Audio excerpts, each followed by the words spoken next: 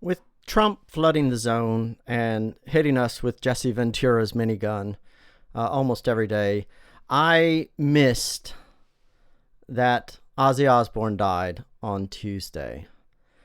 And I wanted to pay some respects, and I wanted to send him out with my own top 10 list of Ozzy Osbourne songs. So at number 10, Ozzy really came onto my radar when I was young, right? And when touring was still a thing. And so my first real contact with him was on the Bark at the Moon tour, which I forget must have been the early 80s, right? And Bark at the Moon, the title track to that album, is a great rocker. So it comes in at number 10. So number 9 will be a surprise, given my left-leaning political opinions and the fact that I am a veteran of a few fighting wars. War Pigs is a great anti-war song. It has a fantastic opening. And it's a great song. Comes in at number 9. Probably would have thought it's higher, but it's number 9 on my list. And maybe number 8 also explains a lot about me and how I am pretty white bread when it comes to metal. No More Tears is a great song on the No More Tears album, which was the triumphant return of Ozzy, back doing the solo tour thing, and Zakk Wylde did a great job on this album and in this song.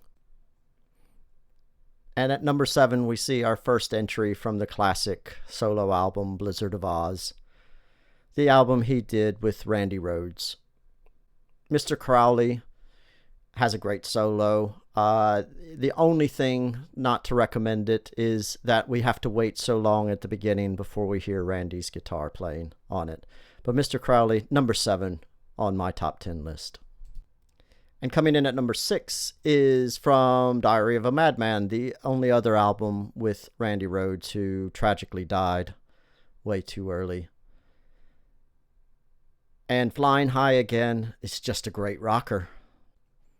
And coming in at number 5, we have our second entry from the Black Sabbath years, and one that I think everyone knows.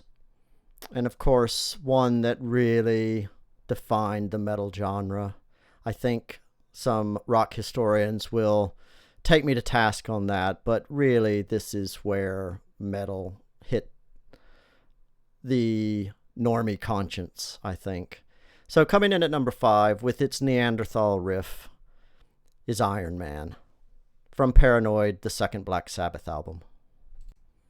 So number 4 will also be a big tell for me.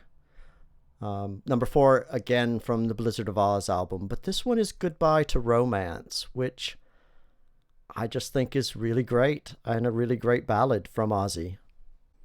Again, this choice probably speaks volumes about me and my taste in metal, but I think it's a great ballad.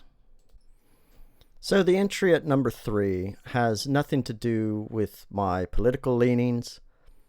I'm very glad to see finally the decriminalization of marijuana. I have no personal love for marijuana at all, but let me tell you who does. And that's Ozzy Osbourne, because Sweet Leaf, if you were going to write a love letter to marijuana and cannabis, man, Sweet Leaf is that love letter, without a doubt. It's as melodic as Goodbye to Romance while having the heavier edge.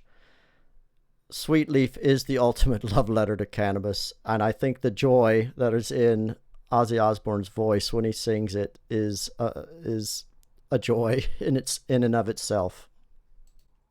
Next, we have the top-rated Black Sabbath song, their trademark song, their trademark tune, the one that put metal into the public consciousness.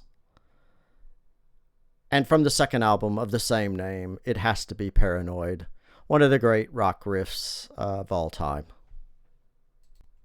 Coming in at number 2. So in classic countdown tradition, before going to number 1, let me talk about the honorable mentions. So again, both from the Randy Rhoads albums. I do like Over the Mountain a lot. And if I'm honest, if Ozzy had sung on it, D would have made this list as well. But I really love D and really love where Randy's guitar playing might have gone, could have gone, had he not died tragically.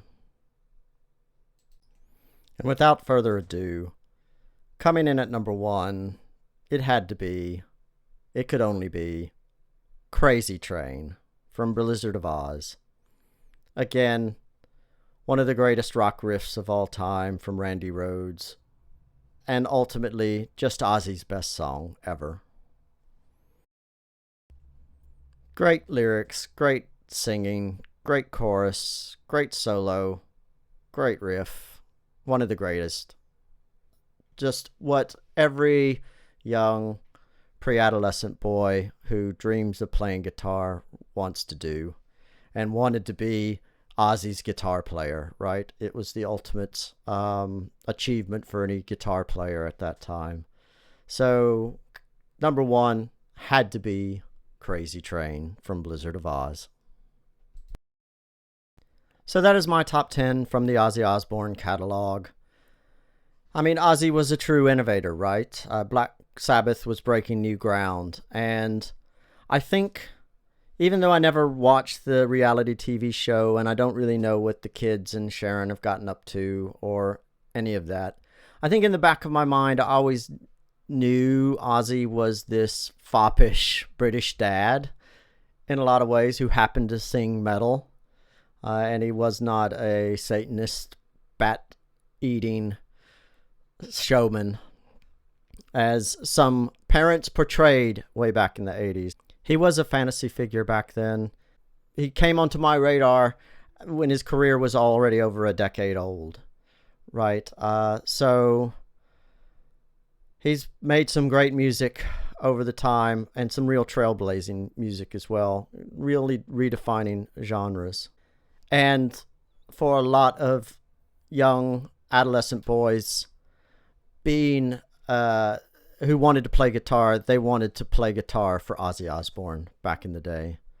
So, Ozzy Osbourne, rest in peace.